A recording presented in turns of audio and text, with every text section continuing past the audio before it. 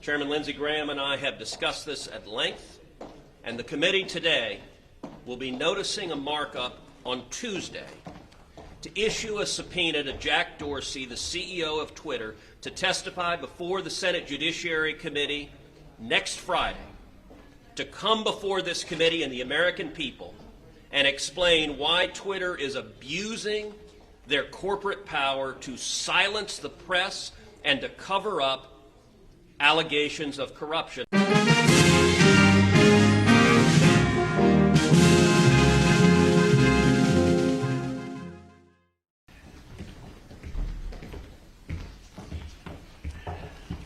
I can just get it, you put it back up for me? No, because I'm going to talk to the TV. So we can stand 6 feet apart, which is what the CDC guideline is.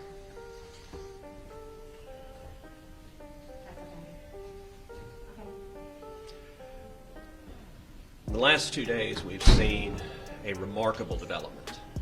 We have seen big tech, we've seen Twitter and Facebook actively interfering in this election in a way that has no precedent in the history of our country. Yesterday, the New York Post broke a story alleging serious corruption of Joe Biden and Hunter Biden concerning Ukraine. The allegations in the New York Post story, if true, indicate that Vice President Biden lied when he said he had never discussed his son's business dealings. That story, once the New York Post broke it, was blocked by Twitter and Facebook. Anyone who attempted to share it was prevented from sharing it on Twitter or Facebook.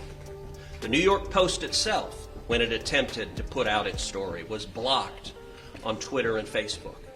The New York Post has the 4th largest circulation of any newspaper in this country. Never before have we seen active censorship of a major press publication with serious allegations of corruption of one of the 2 candidates for president. That was last night.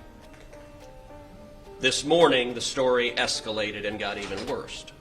The New York Post broke a second story of a series of emails that indicate yet more corruption, in this instance, the Biden family receiving millions of dollars from communist China government officials.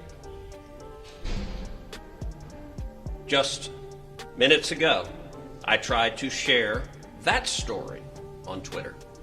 And Twitter is actively blocking, right now, this instant, stories from the New York Post alleging corruption and the Biden family receiving millions of dollars from communist China. This is election interference, and we are 19 days out from an election. It has no precedent in the history of democracy. The Senate Judiciary Committee wants to know what the hell is going on. Chairman Lindsey Graham and I have discussed this at length, and the committee today will be noticing a markup on Tuesday to issue a subpoena to Jack Dorsey, the CEO of Twitter, to testify before the Senate Judiciary Committee next Friday, to come before this committee and the American people and explain why Twitter is abusing their corporate power to silence the press and to cover up allegations of corruption. And let me be clear, I don't know if these New York Post stories are true or not. Those are questions Vice President Biden should answer. But Twitter and Facebook and big tech billionaires don't get to censor political speech and actively interfere in the election. That's what they're doing right now. And so on Tuesday, the Judiciary Committee, the full committee, will be voting on subpoenas to subpoena Jack Dorsey to come before our committee. Can I ask a technical question on that? Can the Democrats delay that subpoena, or we can continue? The Democrats can certainly raise procedural objections. They can try to delay the subpoena. I don't believe they will be successful. We are 19 days out from an election, so if the Democrats were to try to play procedural games to delay the subpoena until after the election, that would be obvious and transparently political. Chairman Graham.